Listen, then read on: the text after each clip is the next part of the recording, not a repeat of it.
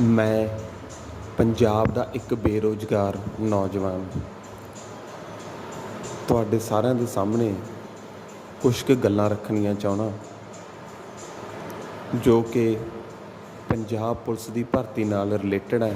ਜੋ 2021 ਵਾਲੀ ਪਿੱਛੇ ਜੇ ਨੋਟੀਫਿਕੇਸ਼ਨ ਆਈ ਸੀ ਉਹਨਾਂ ਦੇ। ਸੋ ਮੈਂ ਦੇਖਿਆ ਗਾ ਜ਼ਿਆਦਾਤਰ ਸੋਸ਼ਲ ਮੀਡੀਆ 'ਤੇ ਹੀ ਚਰਚਾ ਹੋ ਰਹੀ ਆ ਵੀ ਇਹ ਭਰਤੀ ਸਰਕਾਰ ਪੂਰੀ ਨਹੀਂ ਕਰ ਰਹੀ ਜਾਂ ਨਵੀਆਂ ਭਰਤੀਆਂ ਆਉਣਗੀਆਂ, ਪਰ ਕਿਸੇ ਨੇ ਵੀ ਕੋਈ ਡੇਟ ਮੈਂਸ਼ਨ ਨਹੀਂ ਕੀਤੀ ਵੀ ਕਦੋਂ ਆਉਣਗੀਆਂ ਕਦੋਂ ਨਹੀਂ ਆਉਣਗੀਆਂ।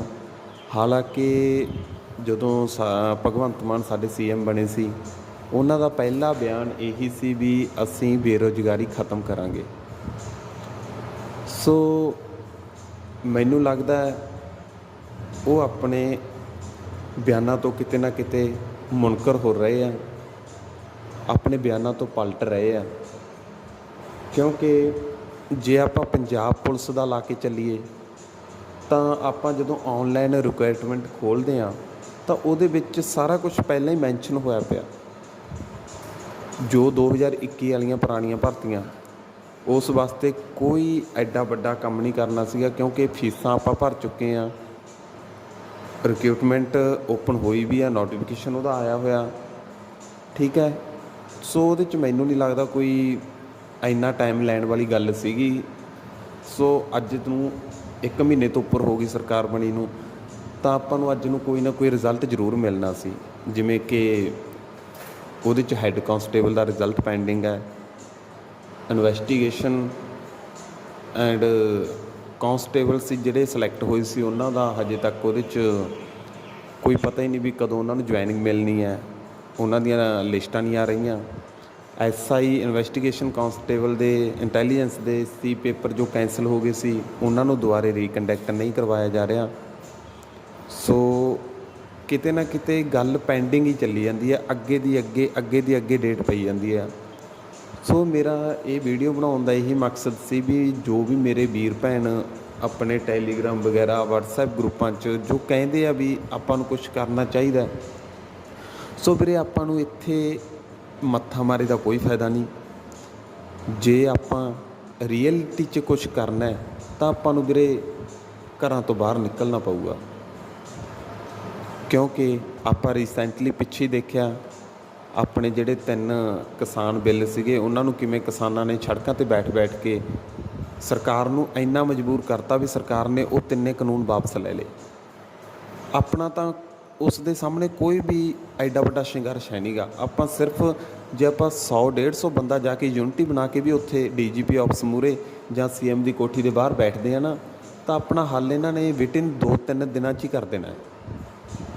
ਸੋ ਮੇਰੀ ਤੁਹਾਡੇ ਅੱਗੇ ਵੀਰੇ ਇਹੀ ਬੇਨਤੀ ਹੈ ਸਾਰਿਆਂ ਅੱਗੇ, ਜੋ ਵੀ ਆਪਣੇ ਏਰੀਏ ਤੋਂ ਆਪਣੇ ਡਿਸਟ੍ਰਿਕਟ ਤੋਂ ਗਰੁੱਪ ਲੀਡ ਕਰ ਰਹੇ ਆ ਐਡਮਿਨਾਂ ਗਰੁੱਪਾਂ ਦੇ, ਵੀ ਵੀਰੇ ਇੱਕ ਪਲੇਟਫਾਰਮ 'ਤੇ ਇਕੱਠੇ ਹੋ ਜਾਓ, ਇੱਕ ਡੇਟ ਰੱਖ ਲਓ, ਸਾਰੇ ਜਾਣੇ ਚੱਲੋ, ਤਾਂ ਜੋ ਸਰਕਾਰ ਨੂੰ ਪਤਾ ਲੱਗੇ ਵੀ ਨੌਜਵਾਨ ਨੌਕਰੀਆਂ ਲਈ ਸੜਕਾਂ 'ਤੇ ਤੁਰੇ ਫਿਰਦੇ ਆ। ਬਿਆਨਾਂ ਵਿੱਚ ਤਾਂ ਸਰਕਾਰ ਬਹੁਤ ਕੁਛ ਕਹਿੰਦੀ ਆ, ਤੁਸੀਂ ਬਾਹਰ ਨਾ ਜਾਓ, ਅਸੀਂ ਬਾਹਰੋਂ ਸਟੂਡੈਂਟ ਇੱਧਰ ਬੁਲਾਵਾਂਗੇ, ਉਹ ਇੱਧਰ ਆ ਕੇ ਨੌਕਰੀ ਕਰਿਆ ਕਰਨਗੇ। ਪਰ ਆਪਾਂ ਜਿਹੜੇ ਇੱਧਰ ਹੈਗੇ ਆ ਪਹਿਲਾਂ ਉਹਨਾਂ ਦਾ ਤਾਂ ਕੋਈ ਹੱਲ ਹੋਣਾ ਚਾਹੀਦਾ ਨਾ। ਜਿਹੜੇ ਆਪਾਂ ਇੱਧਰ ਆ ਪਿੱਛੇ ਜੇ ਇੱਕ ਬਹੁਤ ਹੀ ਵੱਡਾ ਦੁੱਖ ਲੱਗਿਆ ਗੱਲ ਸੁਣ ਕੇ, ਇੱਕ ਕੁੜੀ ਸੀ ਵਿਚਾਰੀ, ਉਹ ਵੀ ਇੰਨੀ ਡਿਪਰੈਸ਼ਨ 'ਚ ਆ ਗਈ ਸੀਗੀ ਕਿ ਉਹਨੇ ਰੇਲਵੇ ਸਟੇਸ਼ਨ ਦੀ ਛੱਤ ਤੋਂ ਛਾਲ ਮਾਰਤੀ ਸੀ। ਸੋ ਮੈਨੂੰ ਨਹੀਂ ਲੱਗਦਾ ਵੀ ਆਪਾਂ ਨੂੰ ਚੁੱਪ ਬੈਠਣਾ ਚਾਹੀਦਾ, ਕਿਉਂਕਿ ਜੇ ਆਪਾਂ ਚੁੱਪ ਬੈਠਾਂਗੇ ਵੀਰੇ ਆਪਣਾ ਕੋਈ ਹੱਲ ਨਹੀਂ ਹੋਣਾ। ਆਪਣਾ ਹੱਲ ਇਹੀ ਹੈ ਵੀ ਆਪਾਂ ਘਰਾਂ 'ਚੋਂ ਬਾਹਰ ਨਿਕਲੀਏ ਅਤੇ ਇੱਕ ਪਲੇਟਫਾਰਮ 'ਤੇ ਇਕੱਠੇ ਹੋ ਜਾਈਏ। ਮੇਰਾ ਵੀਰ ਆਹ 30 ਤਰੀਕ ਤੱਕ ਨਾ ਕੋਈ ਇੱਕ ਇਹੋ ਜਿਹੀ ਡੇਟ ਰੱਖ ਲਓ, ਚਾਹੇ ਕੱਲ੍ਹ ਰੱਖ ਲਓ, ਪਰਸੋਂ ਰੱਖ ਲਓ, 25 ਤਰੀਕ ਨੂੰ ਰੱਖ ਲਓ, 26 ਨੂੰ ਰੱਖ ਲਓ, ਕੋਈ ਇਹੋ ਜਿਹਾ ਇੱਕ ਦਿਨ ਰੱਖੋ ਵੀ ਸਾਰੇ ਜਾਣੇ ਇੱਕ ਥਾਂ ਇਕੱਠੇ ਹੋ ਜਾਓ।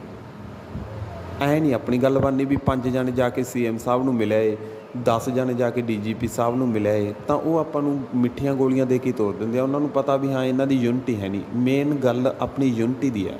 ਜੇ ਆਪਣੀ ਯੂਨਿਟੀ ਬਣੂਗੀ ਤਾਂ ਆਪਾਂ ਆਪਣੇ ਲਈ ਕੁਛ ਵਧੀਆ ਕਰ ਸਕਾਂਗੇ, ਅਤੇ ਨਹੀਂ ਜਿਵੇਂ ਭਰਾਵਾ ਬੈਠੇ ਆ ਉਵੇਂ ਬੈਠੇ ਆ ਹੱਥ 'ਤੇ ਹੀ।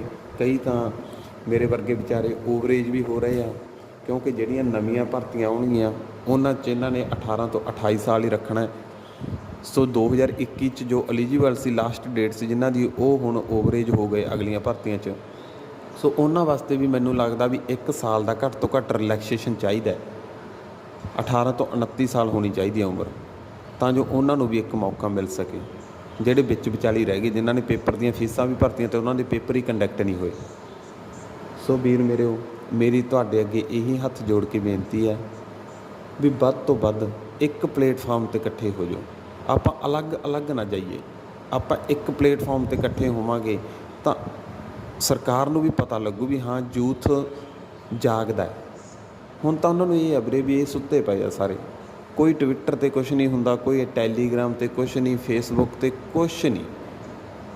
ਆਪਾਂ ਨੂੰ ਇਕੱਠੇ ਹੋ ਕੇ ਜਾਣਾ ਚਾਹੀਦਾ, ਯੂਨਿਟੀ ਦਿਖਾਉਣੀ ਚਾਹੀਦੀ ਹੈ, ਬੈਨਰ ਹੱਥਾਂ 'ਚ ਫੜ ਕੇ ਸ਼ਾਂਤਮਈ ਢੰਗ ਨਾਲ। ਮੈਂ ਇਹ ਨਹੀਂ ਕਹਿੰਦਾ ਵੀ ਉੱਥੇ ਜਾ ਕੇ ਆਪਾਂ ਭੜਕੀਏ ਉਹਨਾਂ 'ਤੇ ਜਾਂ ਉਹ ਆਪਣੇ 'ਤੇ ਭੜਕਣ। ਸ਼ਾਂਤਮਈ ਢੰਗ ਨਾਲ ਉਹਨਾਂ ਦੀ ਕੋਠੀ ਦੇ ਅੱਗੇ ਧਰਨਾ ਲਾਵਾਂਗੇ, ਉਹਨਾਂ ਨੂੰ ਯਾਦ ਕਰਾਵਾਂਗੇ ਵੀ ਤੁਸੀਂ ਆਹ ਸਾਨੂੰ ਵੋਟਾਂ ਤੋਂ ਪਹਿਲਾਂ ਵਾਅਦੇ ਕੀਤੇ ਸੀ ਅਤੇ ਉਹਨਾਂ ਨੂੰ ਪੂਰੇ ਕਰੋ। ਸੋ ਇੰਨਾ ਕਹਿੰਦਾ ਹੋਇਆ ਖਿਮਾ ਦਾ ਜਾਜਕ ਹਾਂ। ਜੇ ਕਿਸੇ ਨੂੰ ਕੋਈ ਗੱਲ ਬੁਰੀ ਲੱਗੀ ਤਾਂ ਮਾफ़ ਕਰਿਓ। ਸੋ ਵੀਰੋ, ਵੱਧ ਤੋਂ ਵੱਧ ਧਿਆਨ ਦਿਓ ਇਸ ਚੀਜ਼ ਵੱਲ। ਫਿਊਚਰ ਦਾ ਸਵਾਲ ਆ ਵੀਰੇ, ਇਸ ਤੋਂ ਬਾਅਦ ਆਪਣੇ ਹੱਥ ਪੱਲੇ ਕੁਛ ਨਹੀਂ ਰਹਿਣਾ। ਧੰਨਵਾਦ।